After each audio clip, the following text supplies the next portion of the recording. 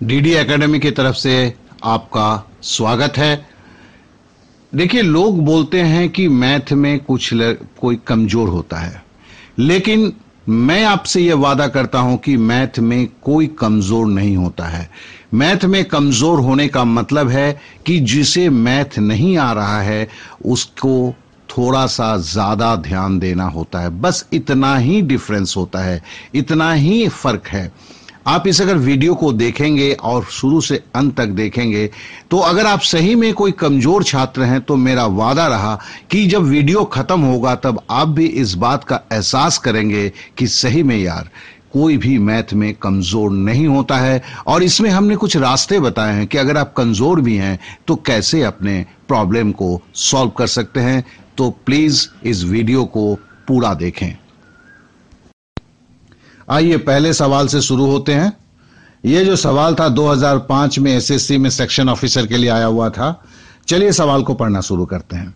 15 centimetre आधार और 12 centimetre ऊंचाई वाले एक त्रिभुज के क्षेत्रफल से दुगुना क्षेत्रफल के दूसरे एक त्रिभुज की आधार जो है वो 20 सेंटीमीटर है, तो उस त्रिभुज की ऊंचाई क्या होगा?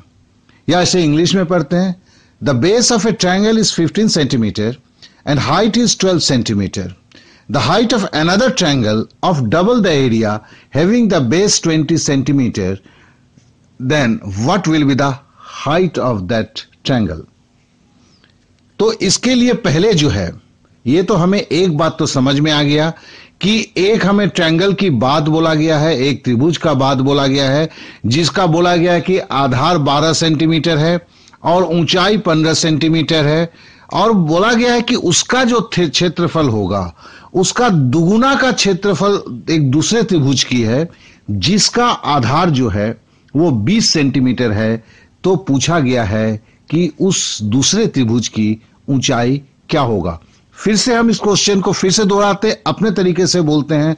बोला गया है कि पहला एक त्रिभुज के बारे में बोला गया है जिसका आपका जो आधार है वो 15 सेंटीमीटर है और ऊंचाई जो है 12 सेंटीमीटर है। बोलता है कि अब इस त्रिभुज का जो क्षेत्रफल होगा उसके क्षेत्रफल का दुगुना। तो पहले नियम है कि मेरे को पहले त्रिभुज का क्षेत्रफल निकालना होगा और उस क्षेत्रफल के दुगुना का मतलब हुआ जो दूसरा क्षेत्रफल होगा उसका हमें आधार दिया गया है और ऊंचाई हमें निकालना है। तो सबसे पहला जो होता है वो होता है कि हमें किसी त्रिभुज का क्षेत्रफल निकालने के लिए क्या क्या फॉर्मूला होता है, इसे हम एक बार याद कर लें। हो सकता है आप जानते हैं, लेकिन तो भी जो नहीं जानते हैं, जो भूल गए हैं, उनके लिए मेरे लिए बहुत जरूरी है इसको मैं एक बार फिर से रिपीट करूं, फिर से बोलूं। किसी त्रिभुज या ट्रायंगल का क्षेत्रफल अर्थात एरिया निकालने का पहला जो फॉर्मूला है, और इस फॉर्मूला को हम वहीं इस्तेमाल कर सकते हैं जहां पे हमें स्पष्ट रूप से उस त्रिभुज का ऊंचाई या हाइट दिया गया है। तो हम इस फॉर्मूला को जिसको हम बोलेंगे उसमें सबसे जरूरी है कि उस ट्रायंगल का ऊंचाई और आधार अगर दिया गया है तभी यह फॉर्मूला लगता है। फिर से बोलता हूं, जब ऊंचाई या आधार दिया गया है तभी यह फॉर्मूला लगता है। और वो फॉर्मूला क्या है?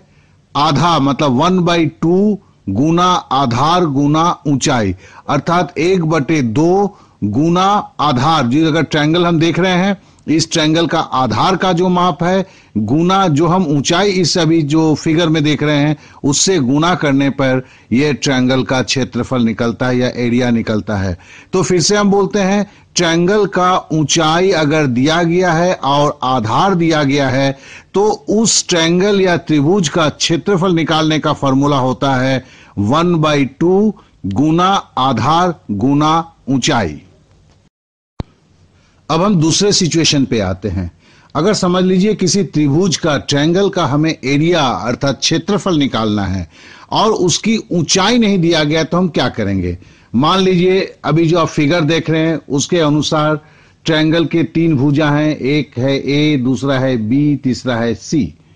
ऐसे हालत में सबसे पहले इसका अर्ध परिमिति या एस निकाला जाता है, जिसके लिए देखिए A plus B plus C by 2 अर्थात तीनों भुजाओं का जो माप है उसे जोड़ के उसे 2 से भागा दे दिया जाता है।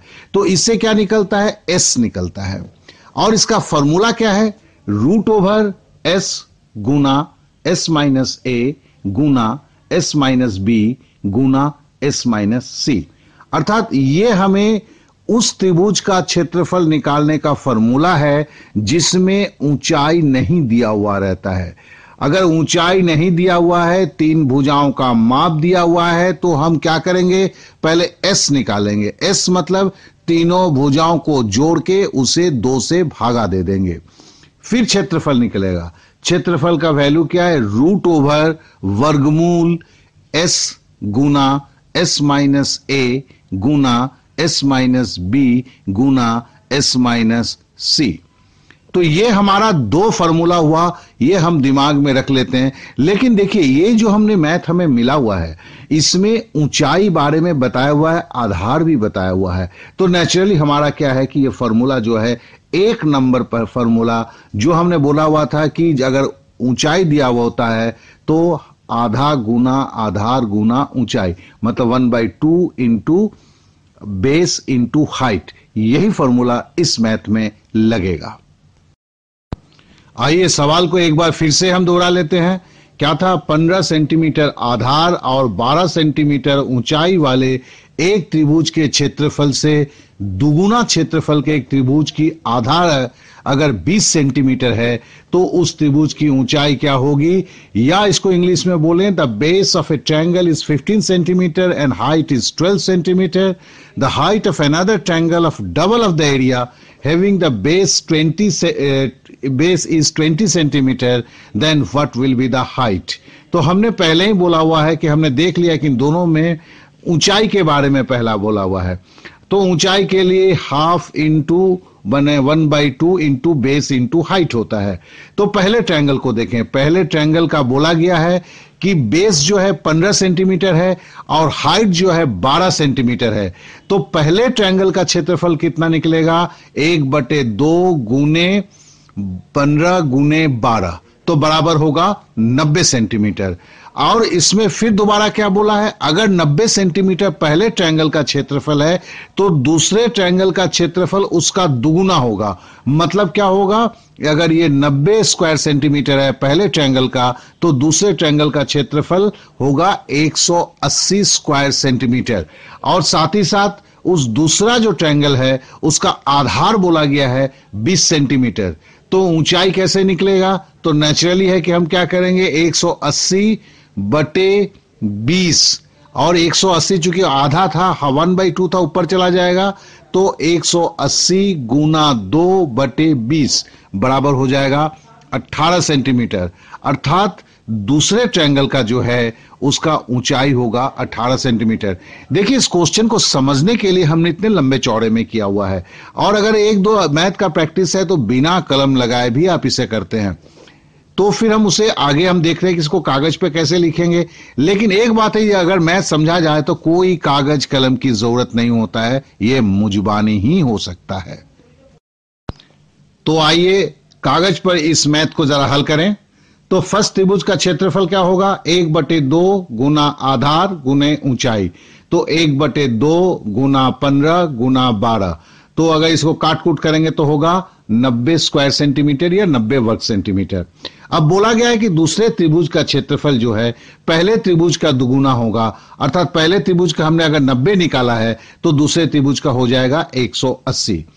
तो हम दूसरे त्रिभुज का ऊंचाई अगर निकालना होगा तो फॉर्मूला में फिर बैठाएंगे, 1/2 गुना ये 20 क्या है, ये दूसरे त्रिभुज का आधार के बारे में बोला गया है, तो लिखेंगे 1/2 गुना 20 गुना ऊंचाई हमें निकालना है, बराबर है 180। तो ऊंचाई बराबर होगा 180 गुना 2, क्या कि 1/2 का 2 नीचे अब इधर ऊपर चला जाएगा, और बटे 20, तो बराबर होगा 18 सेंटीमीटर। इस तरह देखिए, ये पहले त्रिभुज का जो मांगा गया था ऊंचाई, पहले जो क्वेश्चन में त्रिभुज की जो ऊंचाई मांगा हुआ था वो 18 सेंटीमीटर निकल गया। चलिए अब दूसरे मैथ को करते हैं।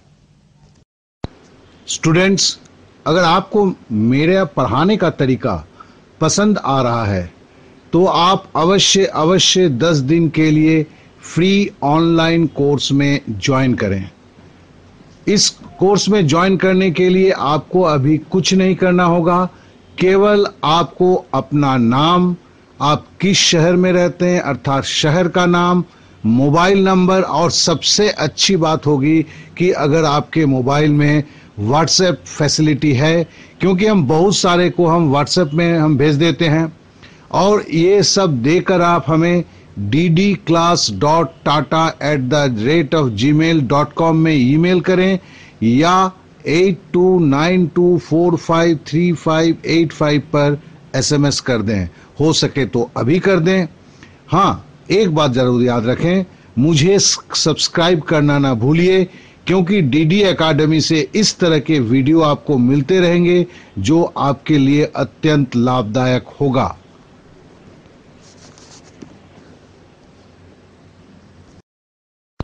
आइए अब नेक्स्ट क्वेश्चन में आते हैं। किसी समकोण समद्विबाहु त्रिभुज का विकर्ण 5 सेंटीमीटर है तो उस त्रिभुज का क्षेत्रफल क्या होगा? या अंग्रेजी में बोलें तो the diagonal of a right angle आइसोस्केल triangle is 5 centimetre, then its area will be. देखिए, ये जो सवाल है ये एसएससी के सेक्शन ऑफिसर 2005 में आया हुआ था।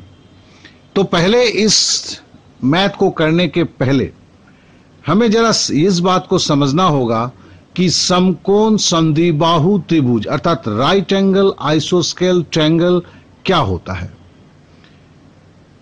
इसके लिए देखिए, एक फिगर आप देख रहे हैं जो जिसमें त्रिभुज जो है वो समकोण है। समकोण मतलब उनके एक जो कोण है वो 90 डिग्री है और उनके दोनों बाहु जो हैं, दो साइड्स जो हैं वो बराबर हैं। अर्थात समकोण समद्विबाहु त्रिभुज का राइट एंगल आइसोस्केल ट्रायंगल में एक कोण जो होगा, एक एंगल जो होगा वो 90 डिग्री का होगा, और समद्विबाहु या आइसोस्केल का मतलब होगा उनकी दोनों भुजाएं बराबर होगी। तो अब हमें समझ में आ गया है कि राइट एंगल आइसोस्केल ट्रायंगल में, इस तरह के ट्रायंगल या त्रिभुज में, समकोण समद्विबाहु त्रिभुज में दो भुजाएं आपस में बराबर होती है और उनके द्वारा बना हुआ बीच का कोण जो होता है, बीच का एंगल जो होता है वो 90 डिग्री का होता है। अब चूंकि ये जो हमें त्रिभुज दिया गया है वो समकोण त्रिभुज है, राइट एंगल ट्रायंगल है, और इसमें केवल विकर्ण या हाइपोटेनस जो है वो 5 सेंटीमीटर दिया गया है और दोनों भुजाओं के बारे में कुछ भी नहीं बोला गया है, और चूंकि दोनों भुजाएं आपस में बराबर है इसके लिए हम पाइथागोरस थ्योरम का इस्तेमाल करेंगे, क्योंकि उसी से हमें सॉल्व निकल सकता है। और पाइथागोरस का थ्योरम आप भी जानते हैं कि अगर कोई त्रिभुज समकोण है, राइट एंगल है, तो उसका होता है लंब का स्क्वायर प्लस आधार का स्क्वायर बराबर होता है कर्ण का स्क्वायर, या बोलिए परपेंडिकुलर का स्क्वायर प्लस बेस का स्क्वायर बराबर होता है हाइपोटेनस का स्क्वायर। अब देखिए, हमारे जो क्वेश्चन दिए गए हैं उसमें बोला गया था समकोण त्रिभुज है तो वो राइट एंगल ट्रायंगल तो है ही है, और दोनों भुजाएं बराबर है, तो पकड़ लेते हैं कि दोनों भुजाओं का मान जो है x है, जैसे हमने फिगर में दिखाया हुआ है। तो मतलब इसका परपेंडिकुलर या लंब भी x है, आधार या हम बेस को भी x मान सकते हैं, और विकर्ण या डायगोनल जो है वो तो 5 पहले ही से दिया हुआ है। तो हम पाइथागोरस का अगर फॉर्मूला लगाते हैं तो क्या होता है, लंब स्क्वायर प्लस आधार स्क्वायर बराबर कर्ण स्क्वायर, या P square plus B square बराबर एच स्क्वायर। यहाँ पी और बी दोनों ही एक्स माना हुआ है, चूंकि ये समद्विबाहु त्रिभुज है, आइसोस्केल ट्रायंगल है, तो x square plus x square बराबर हो गया 5 स्क्वायर बराबर 25, तो 2x स्क्वायर बराबर हो गया 25, x बराबर हो गया √25/2। तो 25 का तो 5 निकल जाएगा और 2 का √ओवर होगा तो √2 हो जाएगा, तो बराबर हुआ 5/√2। अर्थात इससे हमें क्या मिला भी कि इस त्रिभुज का लंब भी है वो 5/√2 है और इसका आधार भी है तो वो 5/√2 है। चूंकि हम जानते हैं कि किसी समकोण त्रिभुज या राइट एंगल ट्रायंगल का जो लंब होता है, परपेंडिकुलर होता है, वही उसकी ऊंचाई होता है। तो यहां पे हमें ऊंचाई तो मिल गया है और ऊंचाई बराबर हमें मिला है 5/√2। और देखिए आधार जो है वो भी हमें 5/√2 मिला है। और हम जानते हैं कि अगर किसी त्रिभुज का क्षेत्रफल निकालना होता है और उसमें त्रिभुज की अगर ऊंचाई दिया हुआ होता है तो हम फॉर्मूला नंबर 1 का इस्तेमाल करते हैं। वो है 1/2 गुना आधार गुना ऊंचाई, या 1/2 गुना बेस इंटू हाइट। तो यहां पे चलिए हम गुना करते हैं। 1/2 इंटू 5√2 इंटू 5√2 बराबर हो गया 25/4 बराबर 6.24 सेंटीमीटर, इस स्क्वायर सेंटीमीटर होगा। तो इस तरह इस त्रिभुज का क्षेत्रफल हमें मिल गया। ओके देन, चलिए अब आगे बढ़ते हैं। स्टूडेंट्स, अगर आपको मेरे पढ़ाने का तरीका पसंद आ रहा है तो आप अवश्य 10 दिन के लिए फ्री ऑनलाइन कोर्स में ज्वाइन करें।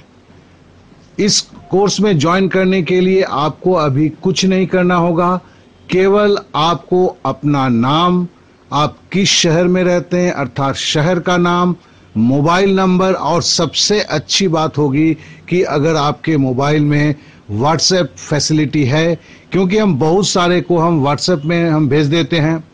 और ये सब देकर आप हमें ddclass.tata@gmail.com में ईमेल करें या 8292453585 पर SMS कर दें। हो सके तो अभी कर दें। हाँ, एक बात जरूर याद रखें, मुझे सब्सक्राइब करना ना भूलिए, क्योंकि डीडी एकेडमी से इस तरह के वीडियो आपको मिलते रहेंगे जो आपके लिए अत्यंत लाभदायक होगा।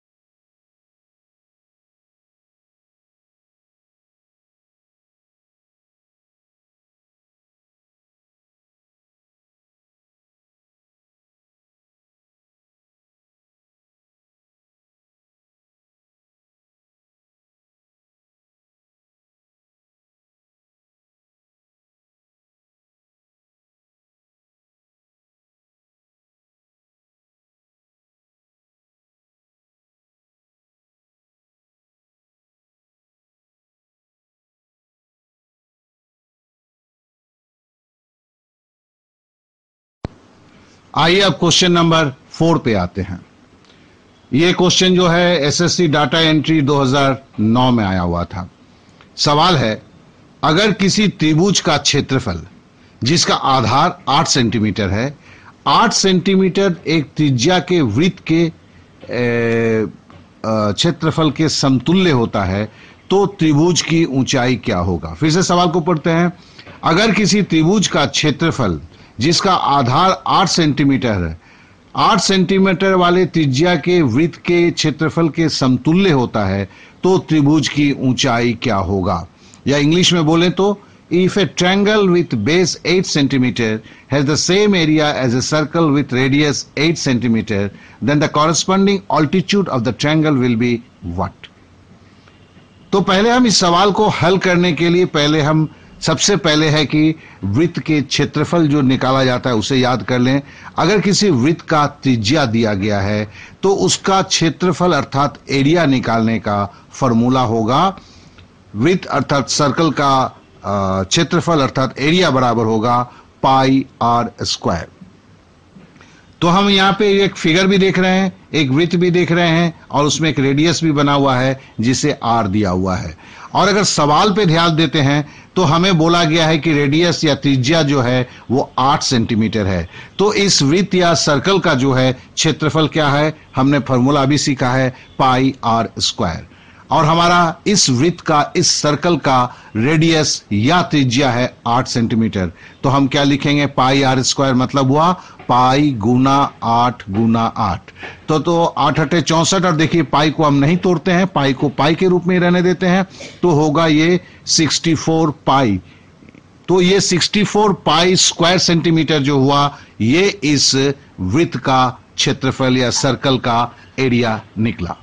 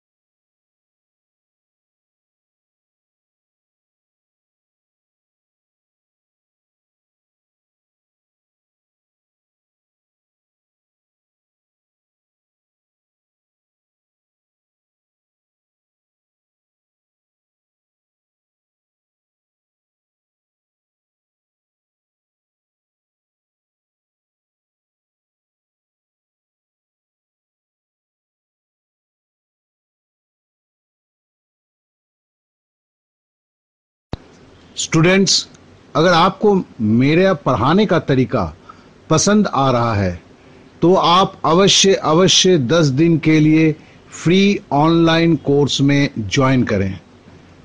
इस कोर्स में ज्वाइन करने के लिए आपको अभी कुछ नहीं करना होगा, केवल आपको अपना नाम, आप किस शहर में रहते हैं अर्थात शहर का नाम, मोबाइल नंबर, और सबसे अच्छी बात होगी कि अगर आपके मोबाइल में व्हाट्सएप फैसिलिटी है, क्योंकि हम बहुत सारे को हम व्हाट्सएप में हम भेज देते हैं, और ये सब देकर आप हमें ddclass.tata@gmail.com में ईमेल करें या 8292453585 पर SMS कर दें।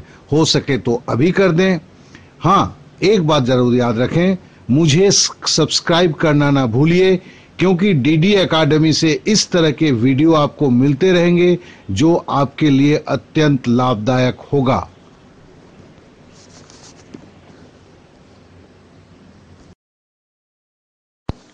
आइए क्वेश्चन नंबर 6 पे आते हैं।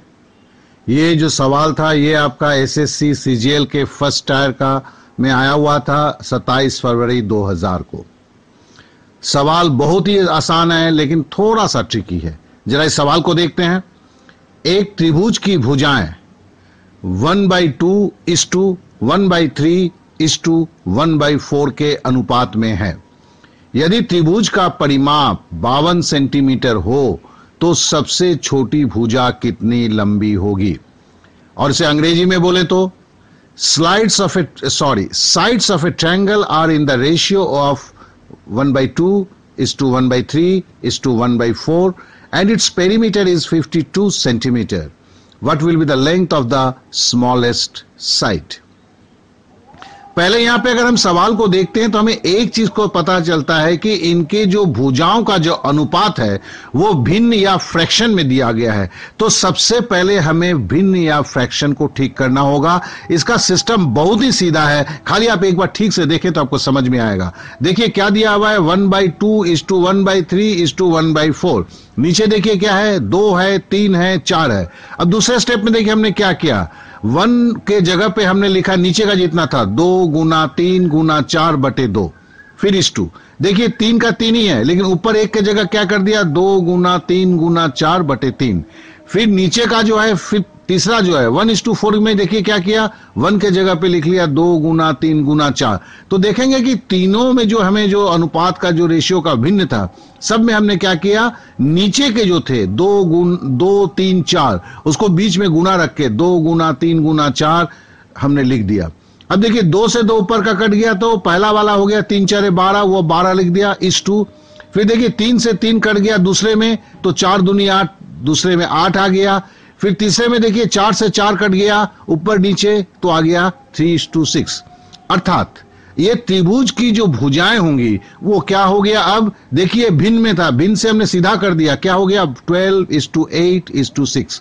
अब जानते हैं पहले ही हमने किया हुआ है कि अगर कोई त्रिभुज का भुजाओं का अनुपात अगर जैसे उसमें था 2:3:4 है, यहां मिला है 12:8:6, तो वैसे हमें क्या करेंगे, सिंपल x मार देंगे। मतलब तीनों भुजा होगा 12x 8x और 6x। तो ये तो हमें पहले ही किया हुआ है। तो हम फिर से दोहराते हैं, अगर अनुपात फ्रैक्शन में है तो हम क्या करते हैं, फ्रैक्शन के नीचे, भिन्न के नीचे वाले जितने भी हैं उन्हें ऊपर गुना में लिखते हैं। फिर से देखिए 1/2:1/3:1/4 था, तो हमने 1/2 को तो लिखा, लेकिन 1 के जगह पे क्या किया, नीचे का जो था 3 2 3 4 उसको सब गुना करके लिख दिया, 2 गुना 3 गुना 4।